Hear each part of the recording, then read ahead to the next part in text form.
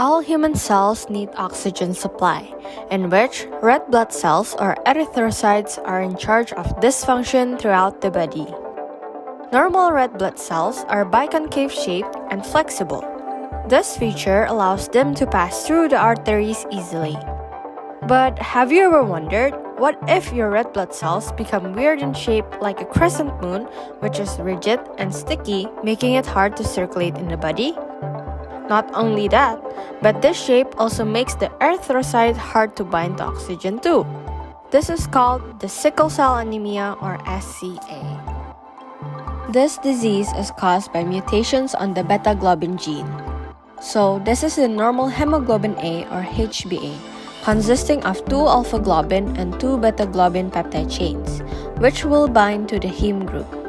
The individual with mutations on the beta globin gene will have defective beta globin chains, which is called HbS.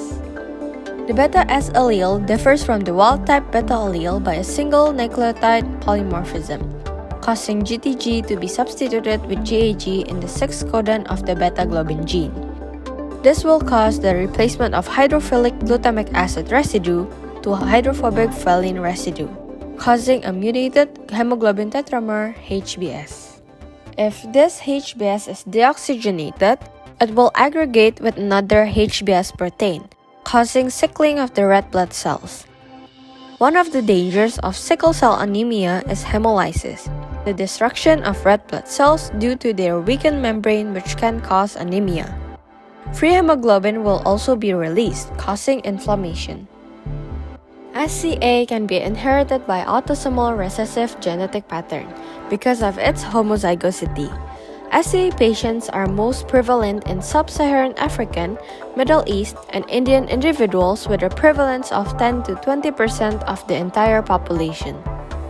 Why is it most prevalent there? Carriers of SCA have a benefit of almost 86% reduction in the risk of developing malaria. That is the bright side of SCA, isn't it? But still, knowing the danger, you wouldn't want to have SCA. So, if someone has SCA, how do you treat them? Commonly, they may be given some treatments like hydroxyurea to increase fetal hemoglobin production and decrease HbS sickling, or poloxamine 188 to lower blood viscosity and RBC clumps. However, these treatments may only prevent complications from occurring, and constant administration might be needed. Therefore, scientists are now developing gene therapies for long-term cures. Gene therapy is a kind of treatment which genetically modifies the gene. Currently, there are 4 main types of gene therapy, which are gene addition therapy, gene editing, gene silencing, and gene correction therapy. Gene addition therapy. As its name suggests, it means to add new globin gene that is non-sickling to the hematopoietic stem cells or HSCs, which result in the native HbS gene not being altered. Thus, no sickle cell is present. For example, lentiviral factor.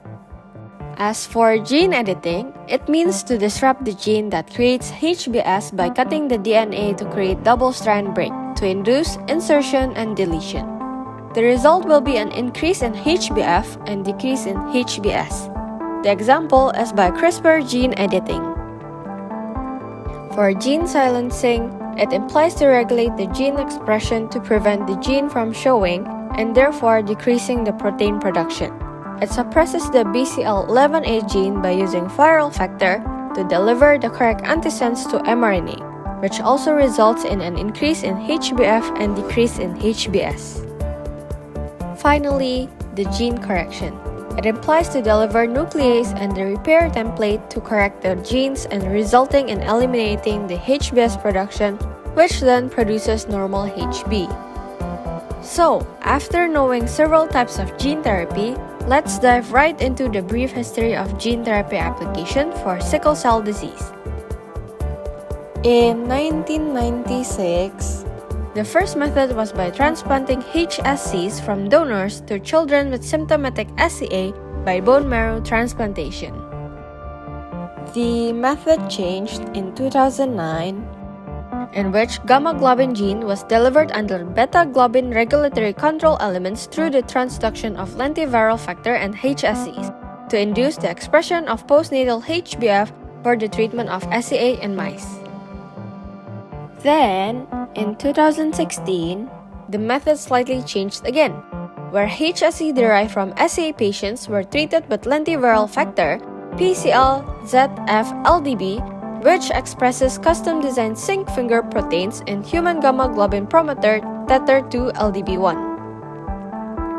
Lastly, the most recent method used in 2021, CD34 positive cells were transduced with the BCH-BB694 lentiviral factor, encoding for shRNAs to target the silencing of BCL11A embedded in microRNA.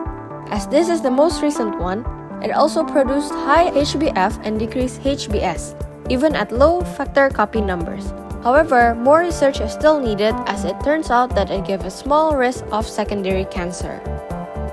Nevertheless, it is still a major breakthrough in treating patients with sickle cell to prevent continuous medication for the long run. So, what do you think? Do you prefer drinking medications every year, or would you rather give a once-in-a-lifetime shot for this gene therapy? Let us know your thoughts in the comments below.